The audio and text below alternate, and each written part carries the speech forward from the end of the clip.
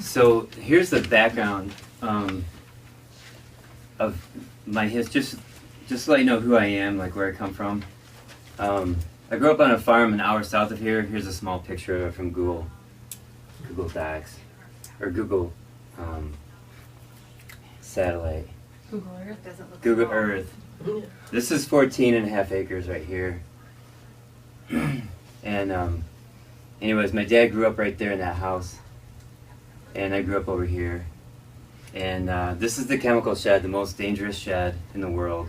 You can't just walk in it without knowing what you're surrounded by. But it's pretty toxic. These are mums right here in these greenhouses. And here's a large greenhouse. This one right here is, it by itself is 2.5 acres right there. We've got 2 loading docks for, like, you know, we can load up like 8 trucks at a time, like big semi-trucks. Each semi-truck has 2,000 flowers. And anyways, it's kind of a big operation. But anyways, I started working on the farm when I was 9. And I learned a few lessons. One lesson was, you gotta get the work done. So, for example, my dad would say, sweep that greenhouse, and I had to sweep it. And at the end, he could look and see whether or not it was swept. Okay? Now, in chiropractic school, I'll just cut real to the chase. People would adjust the neck or adjust the back, and that was their end product, was the noise that was coming out of the person's spine. But that doesn't mean that the person's going to have less pain, or they're going to have more range of motion, or it's actually benefiting their body. Because there's some people that get an adjustment and it hurts because it's a little micro trauma. So I just like saw through that, like, okay, just because you adjusted somebody's neck doesn't mean you've actually helped them. Now, in most cases, it does. And then I decided later to be a chiropractor who focuses on nutrition. So we deal with supplements and food choices. Those are our 2 primary tools. We have a few other toys that we play with. I'll show you a laser that we have here later on.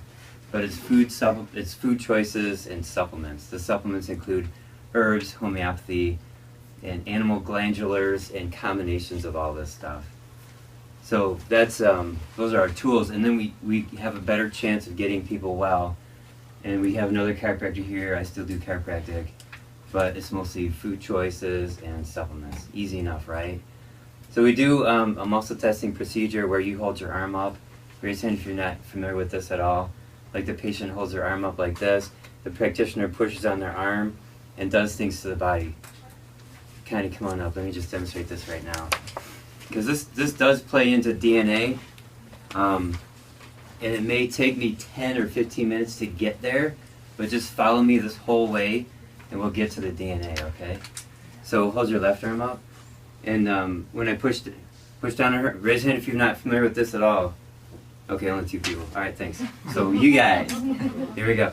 So when I push on her arm, her deltoid is strong, like that, and then I do something to her body, for example, touch her thyroid, and I'm irritating her thyroid just by contacting it, and then her arm, I don't know if you're pretending or if it's really not pretending. So her thyroid is not happy and her arm goes weak. So then we have to find something to make that become strong. Let me just grab, I got this whole case of supplements, and there's a thyroid supplement here. Let's just see what happens. So her body doesn't want that to fix the thyroid. What do you think it would be? Organic bound minerals. Okay. So there's organically bound minerals, and that becomes strong. So her thyroid likes it. Her thyroid's happy, and thanks. That'll work. So now it's easy to see that when I'm on her thyroid, if her thyroid's stressed out, and then I'm poking at it even more and irritating it even more, her arm will go weak because her mind goes to the thyroid and it's trying to pay attention to this and trying to figure out, like, what's going on here. It can't pay attention to the deltoid and the thyroid at the same time. It's got to choose one over the other. So if I'm poking at her thyroid and it's strong and robust and healthy, I could poke at it and squeeze it and tickle it and punch it or whatever, and the mind can still pay attention to the deltoid the whole time. And that's why the arm would be strong with a healthy thyroid. Follow me on that? Okay, good. So then I put this supplement in her hand, and then her arm became strong while I was touching her thyroid. So this has an energy field.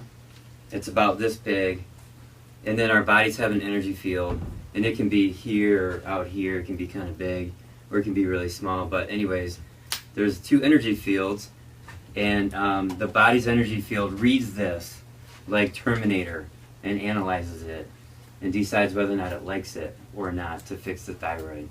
So the first one, the arm was weak, and her body said, no, this won't fix my thyroid. But when she held this one, the arm became strong and said, yes, it will fix my thyroid. So, hi. Hi. There's a chair right here, if you can squeeze in. I hope you're not the fire marshal.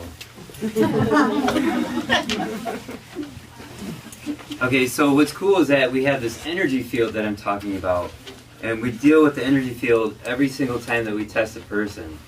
Now, contacting the body, we're creating some ischemia, which means loss of blood flow.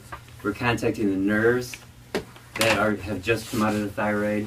We're contacting what's called the dermatome, which is a part of the skin that's innervated by nerves that come off the spine, and there's these dermatomal patterns around the body.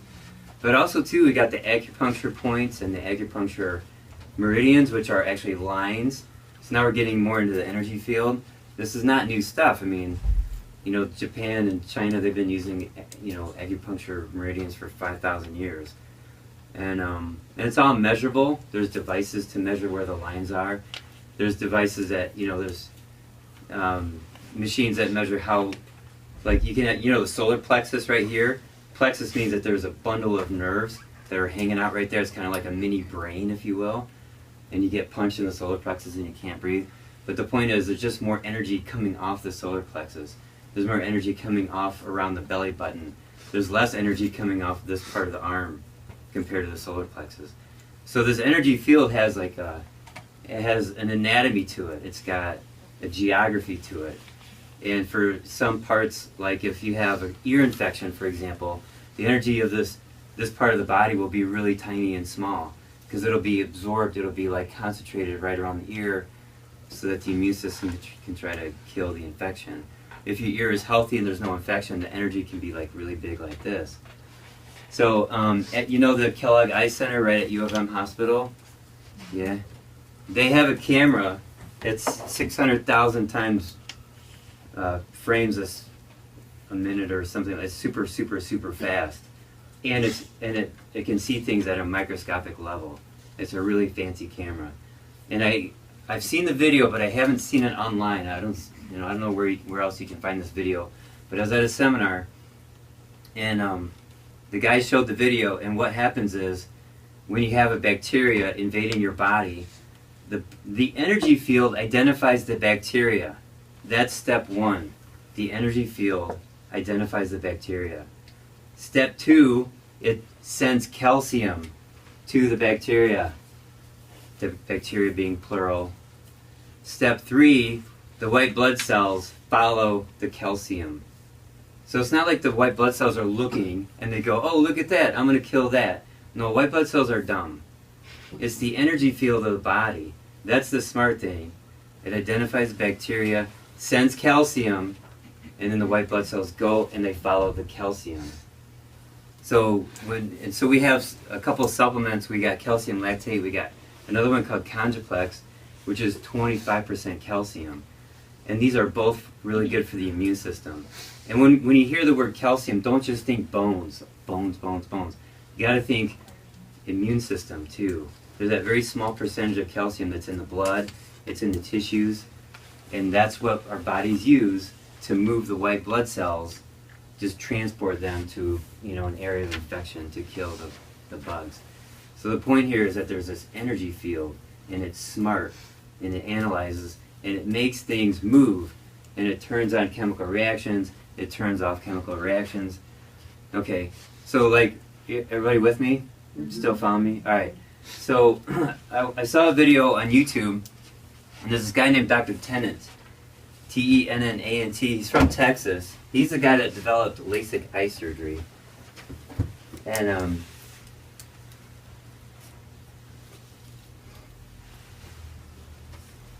I just wanted to see if I could get this iPad to work. That's why it's up. There's no other reason. No, I'm just kidding. I just have a few slides to show you. But okay, so anyways, Tennant, it took him, what, 8 years or something to create this laser technology. And he's looking over people's faces and looking at their eyes and they're breathing on them. And he contracted a virus. And it put him in bed for like 5 years. And he had 1 hour per day of lucid thinking. And during that hour, he scrambled to try to figure out like how he could get well again. And this is all in this fantastic video. He was actually at a health fair in Texas with tables and vendors everywhere, and they're selling crystals and music and supplements and all kinds of stuff. And he said that all these vendors, all these products, all these services, the yoga, the meditation, the stretching, the exercise, he said it's all to do one thing, and that is to move electrons. You want to move electrons into your body, and you want to use those electrons, and you're going to be releasing electrons. So that's why there's some people that they put a crystal in their pocket and they feel a difference because that crystal has electrons. And then other people, they need to power lift. And you can create your own electrons by exercising or yoga or Pilates or something like that. And of course you're going to get more electrons by eating a carrot versus eating a Twinkie. There's just more electricity in vegetables or foods from Mother Nature than processed foods. Okay, so that really like put my perspective in on like what exactly are we trying to do here. We're trying to provide electrons and put that into a person's body at a rate that's higher than anything else. Like as far as the other therapies are concerned. Does that make sense? Yeah. Okay, electrons, right. So now I went to Ohio State. Boo, everybody go ahead. Boo. And you were probably really going on Saturday, weren't you? Yep. Yeah. I was at the game, I was like, anyways. And I took a theoretical physics class, and it was divided in 3 sections. The middle section was quantum physics, like Einstein and special relativity and all that stuff. And I aced it. I totally got 100% on that particular test in my theoretical physics class. And I've always just kind of thought this way, like in the realm of like physics and electrons and orbits and all that kind of stuff. So fast forward now to in the last 12 months, and I was at a seminar. Actually, it was earlier this year, and it was in Seattle. And the presenter was talking about work done by a guy named Fritz Albert Popp. He's in Germany, and he's been studying photons. What? Photons. Photons for 30 years. And there's about 40 organizations or individuals around the world studying photons. This is like new. Even though Fritz Albert Popp's been doing it for 30 years. I got a book in my inbox. It's a textbook. Right, it's not in my inbox, it's just in front of it. It's on photons. Can you grab that? So Fritz Albert Popp, he's the guy. Now there's only a few videos on YouTube with him on it. And most of them are in German. And I don't know German. But there's one video, and he was interviewed by it looks like a Chinese guy, or maybe the guy was from Korea. I think it was Chinese. And the name of the TV channel was something like Master Supreme Television Network. So I think it's China. But anyways, and it was translated into 8 languages. So as Fritz Albert Popp is talking, they have it written in 8 different languages, and then there's somebody else talking in English. And so he defines, here's a book written by Fritz Albert, textbook by Fritz Albert Popp. So I'm going to try to read this. Can you believe it? Try to read this thing. So, but Fritz Albert Popp defined what a photon is. So a photon is a particle of light. So we have light, which is a wavelength, but it's also a particle. Just like an electron is a wavelength, but it's also a particle. Okay, now the thing about an electron or a photon is that it can be a particle and then turn into a wavelength, and then turn back into a particle. So that's where the transition is between energy and matter, like at that just teeny, teeny, tiny, small, size. That's energy and matter are one and the same. So like an electron, when it travels around the nucleus of an atom, it doesn't go like this, like the Earth goes around the sun. It'll be here, and then it'll disappear, and then it'll have a propensity to reappear in a different place. So it may go from here, turn into an energy wavelength, and then reappear back over here, or something like that. So that's just something that's really cool. Another thing about when you measure electrons or measure photons, when you pay attention to them, they start to move. And if you try to measure like the size of an electron, the more attention you put into trying to measure it, the less accurate your measurement will become. That's just how it goes. That's just how it is. So you're trying to look at something and it just starts to move. Just your observation of it, it starts to change. Okay?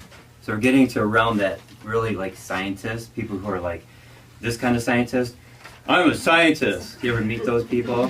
They work at Pfizer and stuff. They can't understand this at all. But quantum physics is the physics that describes all other sciences, to be honest. It is like the main science.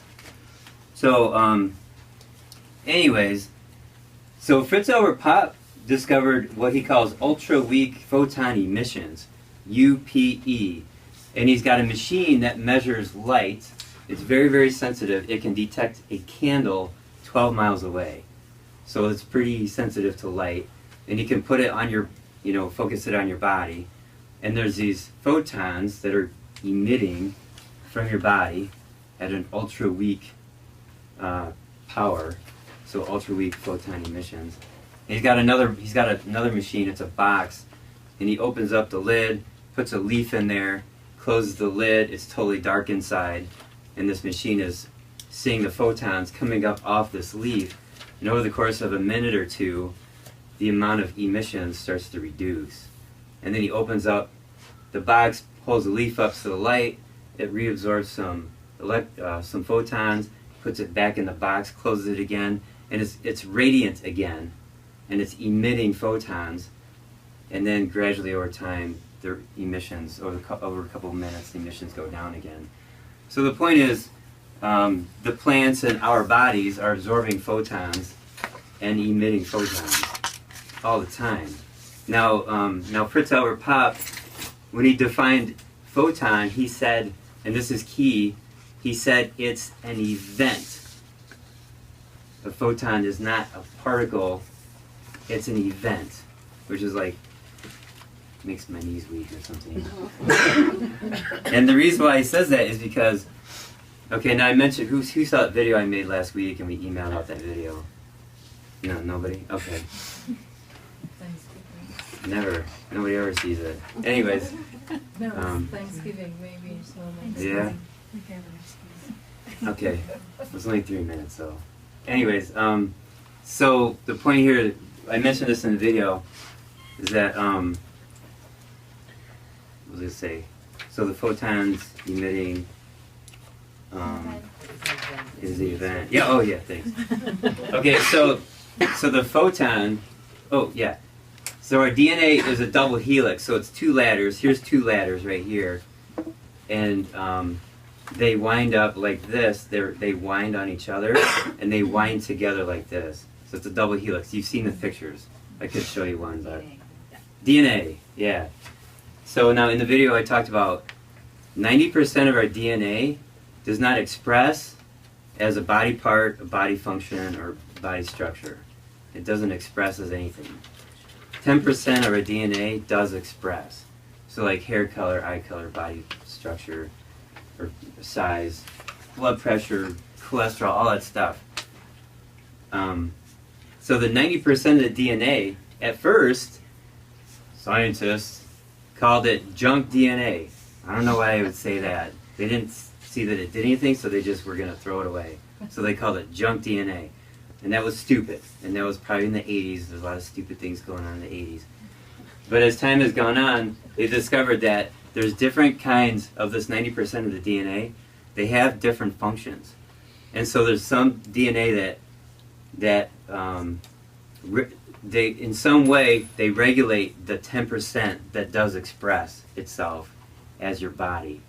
So there's like things that turn on, there's DNA that turns on and turns off, protects, increases, decreases. There's all these categories of jobs that the so-called former junk DNA actually does. It actually regulates the 10%. So that right there is phenomenal to know that stuff right there. So you can do things for your health to change your DNA. Oh, let me back up. The other thing about this double helix, it happens to be the perfect structure to store photons. Photons are stored in our DNA. How phenomenal is that? Raise your hand if you knew that. If you raise your hand, I'm going to chop your arm off. Because I know you're lying. So, so you have photons sitting in our cells, in our DNA, in our nucleus. And so the photons actually turn on chemical reactions, and they turn off chemical reactions. And they do this at a rate of 100,000 reactions per second. So that's a lot of work. So how can it do that much work so fast? It can do it because it's light. Light is fast. Light travels at the speed of light, for Pete's sake. That's how fast it is. Now remember, at the very beginning, I was talking about the energy field having intelligence, right? And light has some intelligence. And it's an event. Light has some intelligence. And it knows what chemical reactions to turn on and turn off. How is that? I don't know. I don't know if anybody knows how that is. But that's what light does. Now the light coming off this is incoherent, meaning there's no set pattern that all the wavelengths do. It's kind of scattered, just like the sun. It's incoherent. And that's the kind of light that our body really likes. And it'll take this in, and it'll turn it into coherent light, and then use it. And those coherent photon light particles will stay in your body for like days or even weeks, maybe like 4 weeks. You can have one photon working at 100,000 chemical reactions per second for 4 weeks or maybe longer. How cool is that? Now there's lasers. We have a bunch of lasers that has a red beam. You've seen those, and you can use those therapeutically. They help reduce inflammation, and we've been using them for a long time. They work.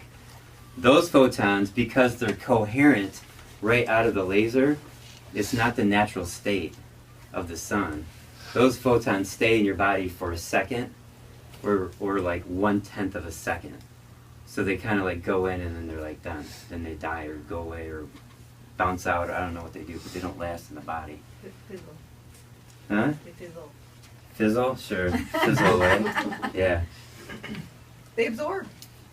No, they don't. They absorb for 1/10 of a second up to a second, but then they're gone. They're not useful.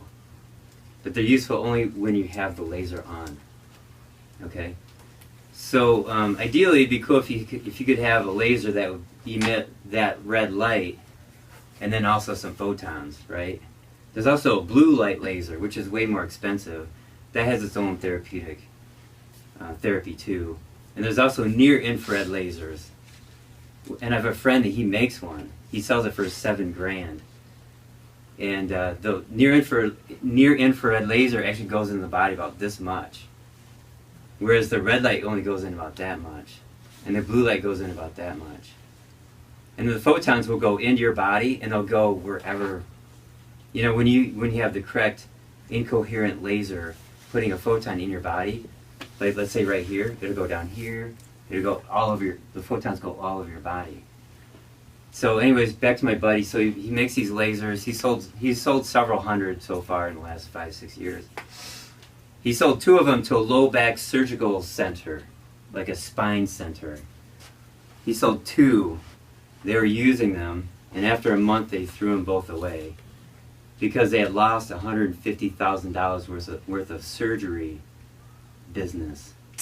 So they threw those lasers away so they could do surgery on people instead of actually healing them with light. So just real quick, I got this laser right here. I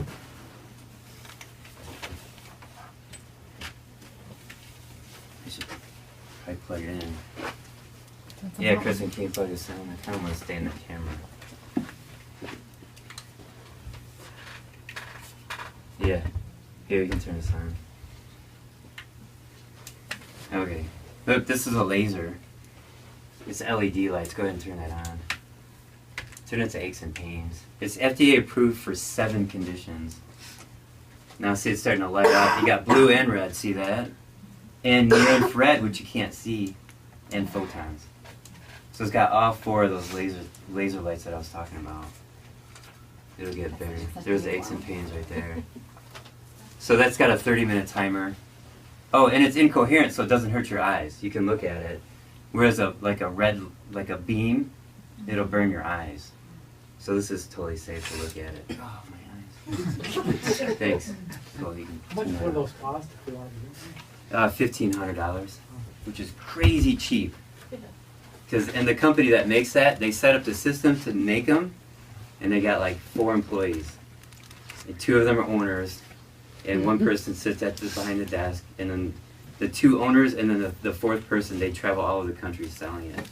So their markup isn't that high. They're crazy, these people. They just have like this really big purpose to prevent spinal surgeries and that kind of stuff. So it's a fantastic laser right there. What's the name of the product again? Celluma with a C, C-E-L-L-U-M-A. And the name of the company is Biophotas, P-H-O-T-A-S. I met these guys at a seminar, and there was a 3-day seminar, and like on the last day I finally decided I'm going to go talk to them. And then I saw the name was Biophotos. I'm thinking, wait, biophoton? Do they know about photons? So I asked this guy a question. He started going off about biophotons, and really, I was like, stop.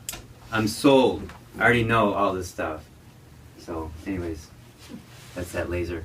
So, when you use something like that, or you're standing in the sun, you're absorbing photons. Those photons are going into your DNA.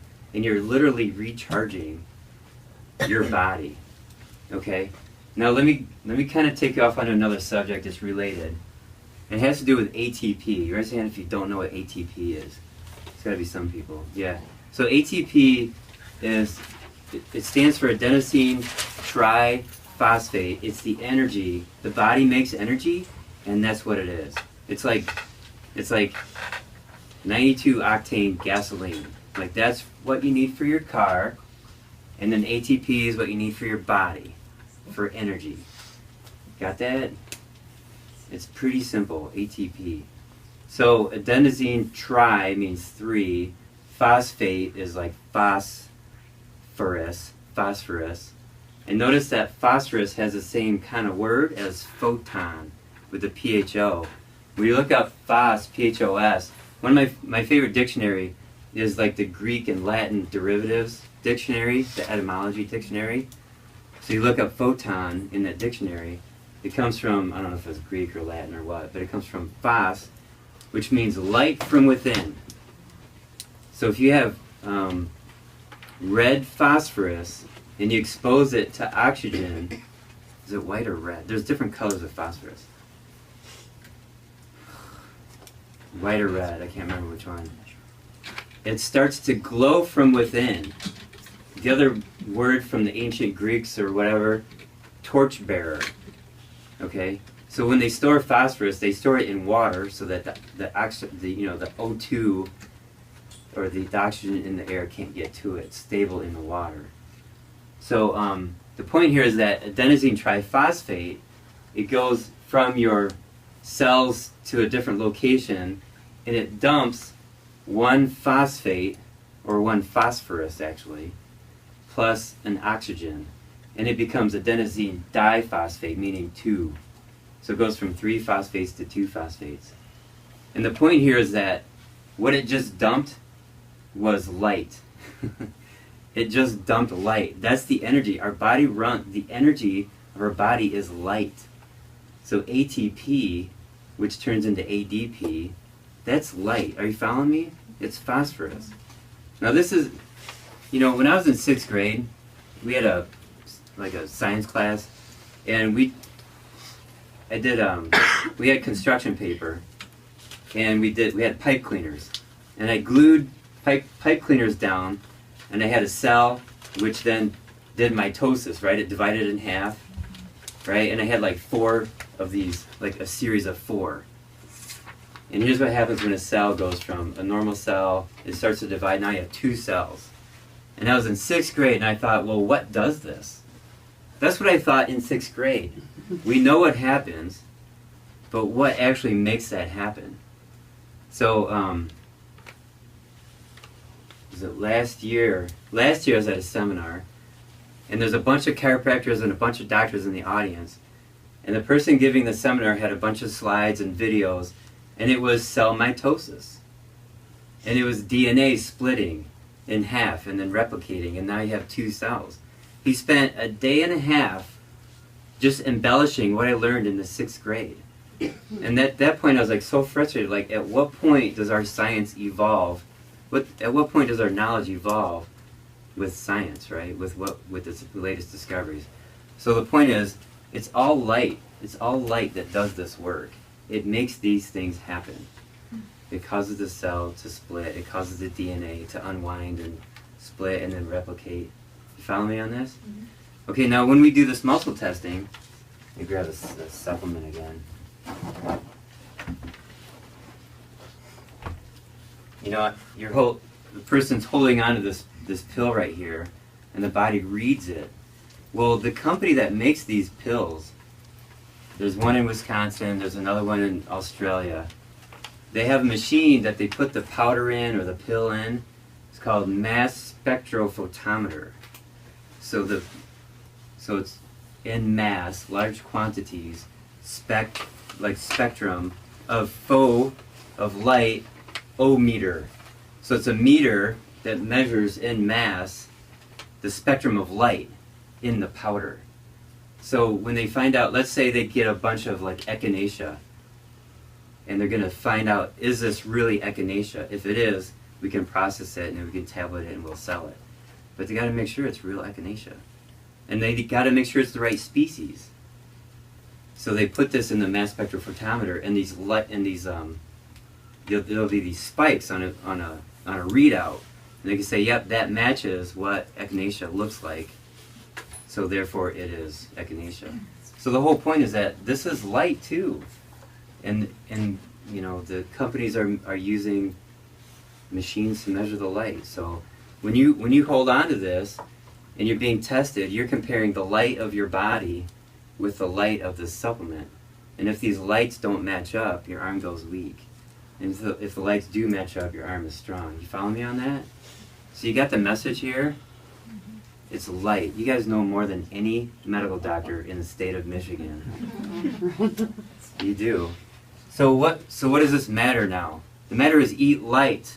You have to eat light.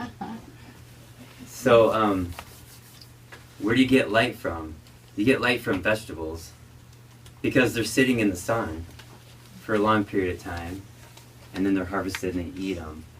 Whereas Pepsi doesn't have light in it. I mean, it'll have some light in it, but not like a cucumber or a tomato. Got that? Now there's a couple people online who I respect, and they advocate, and I don't advocate this, but they advocate eating raw vegan. So they're eating vegetables like all day long. And some bodies can have, and I have to say both of those men are they don't have shoulders anymore. They're like all caved in. They don't have pecs, they just have lost their muscle mass. But they both say that their health is so much better and all that kind of stuff. I don't advocate that. But they're following along this idea of eating light, like raw vegetables. But you know what? Meat has a lot of light in it too, because the animals are outside, and they're eating grass, which has photons in it. See what I'm saying? Okay. Any questions on that? Okay. So, now, I have a question. yeah, go ahead. What about the cows? It has a lot of meat and the cow eats only grass. Yeah, they have photons in their bodies. When you eat meat, you still get photons.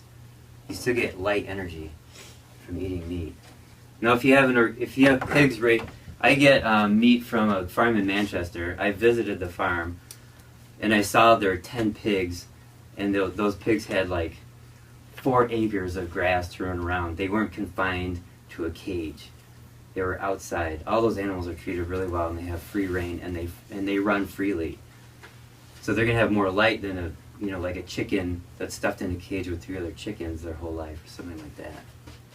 Does that help? Does that answer that question? The more natural you get, the more close you are to nature, the better off your body's gonna be. Yeah. So it just puts a whole new perspective on, because you'll see advertisements for the latest soy protein powder, and it has everything that you need. I've heard that before.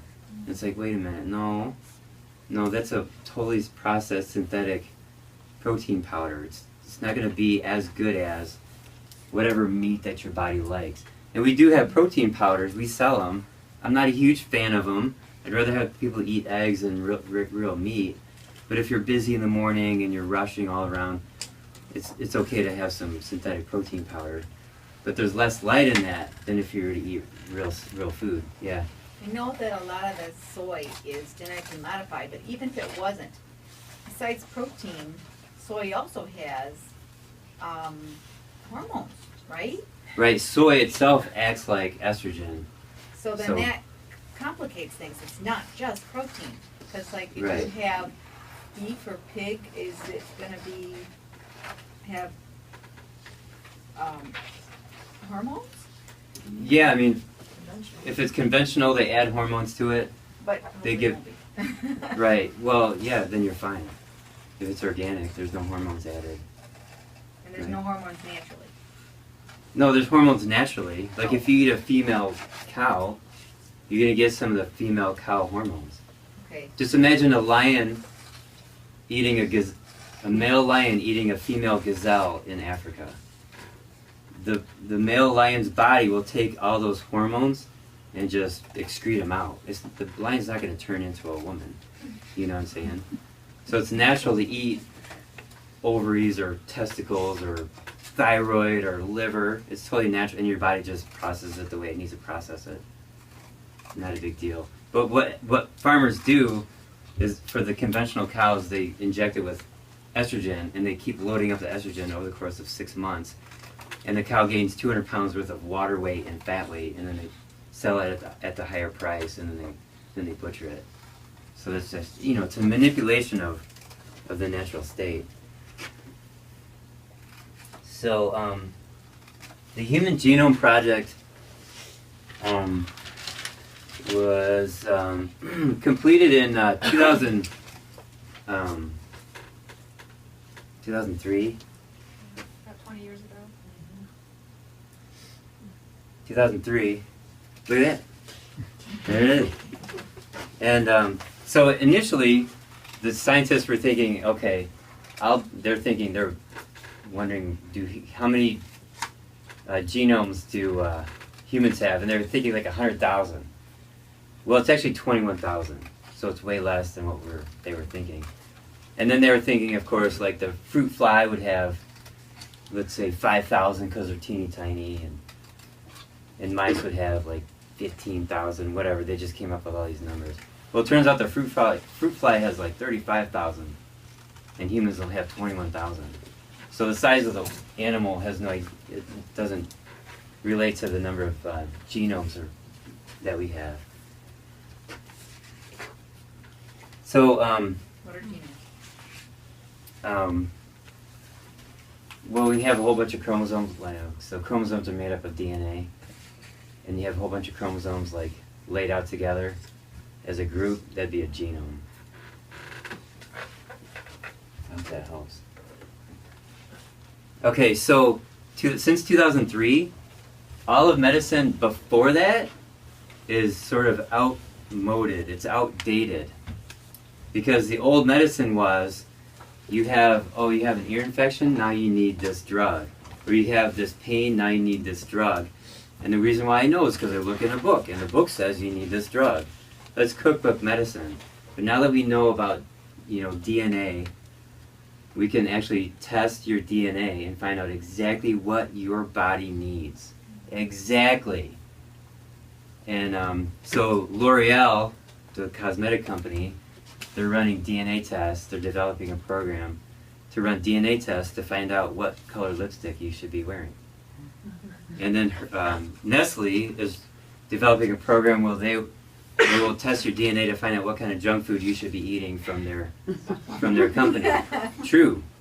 And then hospitals are running DNA tests to find out which drug causes the least amount of harm to your body.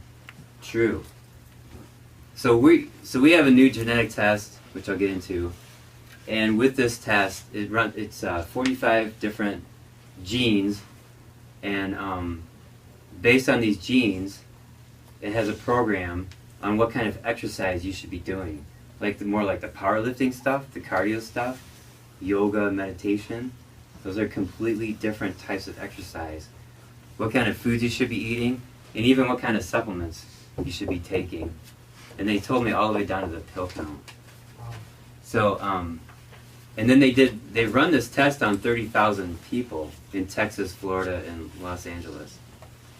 And what they discovered was that the people who were genetically guided, that's the term that they used, had 5 times better rate and endurance in keeping their BMI down. So keeping the weight loss off 5 times longer than the people who were not genetically guided. And then another statistic was people who were genetically guided regarding blood sugar had double the rate of success and endurance in their success because they were genetically guided. So this is like the new medicine. It's like, what does your DNA want? And then you just do it. And you can do it for the rest of your life. Now you can change your DNA, right, by doing these things. So you could take supplements, let's say for a year, and now your DNA is different. And now you can stop that those supplements. So you can, it's not forever in stone that you're always going to have high blood pressure. Always, and that's one thing MDs like to say is that if you have high cholesterol, it's genetic. There's nothing you can do about it, except take this pill every day. It's like, well, there's nothing you can do about it. And the pill itself won't help, whatever. But the point is, you can do a lot to reverse all this stuff. So one of my teachers, his name is Dan Pompa, P-O-M-P-A. He's a really cool guy. He tested himself. He's got they're called the overweight genes. He's got the high blood pressure genes. He's got the high cholesterol genes, and so does everybody in his family. He's the only person that's thin with no high blood pressure and no high cholesterol, because he eats really good food. And I think he's like 53 now. He looks like he's 29. So he has those genes? He has those genes, but he's turned them off. That's just like a tendency. Genes are like a tendency. Yeah. And if you... Right. Yeah, genes give us the propensity for a disease in the future.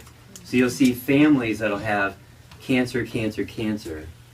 That's their genetic propensity. There's other families that are heart disease. Like that's my family's genetic propensity. So how do you turn on the heart disease genes and the cancer genes? Lifestyle. Yeah, right. No exercise. Sugar. Bad food. It's all the bad stuff that you already know about. And you reverse the bad stuff. And then you reverse those symptoms. And then when that happens, you know that you've reversed your DNA. Does that make sense? Have you reversed it or just turned it off? Turn it off. You turn off the bad genes, turn on the good genes. Yeah. Cool? Yeah? Alright, cool. Oh, So, the good things, repairing the gut, removing toxins, and individual care for your DNA makeup. So how does this, genetic testing compare with the arm testing? It's completely different. But they're both testing what your body wants. Yeah. Let me get to that in a bit. Okay, I promise I'll get to it. These two mice have this exact same DNA, and they're manipulated by different foods that they were given to the mice. And so there was actually a name for this. So here's, okay, so the light colored fur and the overweight mouse was given the bad food. This is the way that the mouse should look like, thin with dark hair. So the DNA was changed, or turned on, turned off. So the overweight genes were turned on and the light colored hair was turned on. And you can see a progression, like you can change the mouse's hair by manipulating the DNA with lifestyle and food choices. See that? Gosh, and there was actually the name of the gene. They actually have a name for the gene, and I can't remember what it is. But you could look it up if I remember the name of the gene. Agouti. A-G-O-U-T-I. If you look up agouti mice, you'll see these pictures. And it's a whole study on how we can change our what DNA is on and what's off. AGO? A-G-O-U-T-I. Agouti mice. So I have this slide up because we have, on average, as individuals, about 6 pounds of friendly bacteria in our guts. These bacteria are not your body. They live in your body. And you want them to be friendly. And how do you make them friendly? By eating good food. If you eat bad food, you're changing their DNA. And then they become nasty. And they start to cause symptoms. So now you're a gardener for these friendly bacteria. So not only are you taking care of your DNA, but you got to take care of these guys' DNA. So I said before we have 21,000 genomes for our body. How many genomes do we have for all these bugs in our gut? They estimate 3 billion. So that's this huge, complex, multifactorial, varied microbiome. It's a microbiome. And plural would be microbiota. All these bugs would be microbiota. So you want to make sure that these are healthy. How do you make them healthy? Repair the gut. Eat good food. We got supplements to repair the stomach, the intestinal wall, the gallbladder, the pancreas, the large intestine. There's no silver bullet. That's the old school medicine. You got somebody with a disease, one symptom, one disease, one cure. That's Louis Pasteur. And everybody who follows that line of thought, Louis Pasteur's thought, they're trying to save the world with a silver bullet, a vaccine, a drug, an inhaler. Look at me, it's simple. Whereas it doesn't work that way for most of the time. It's multiple factors, not just one, but you have a cause with an effect, causing this effect, causing this effect, causing these effects, and it could just balloon out like this. So you have all the effects are the symptoms. So when you have this one silver bullet mentality, you can get rid of that effect, and you're like, yeah, sweet, I'm awesome, I got rid of that one. Let's try to beat that. But no, how about that? You gotta get to that.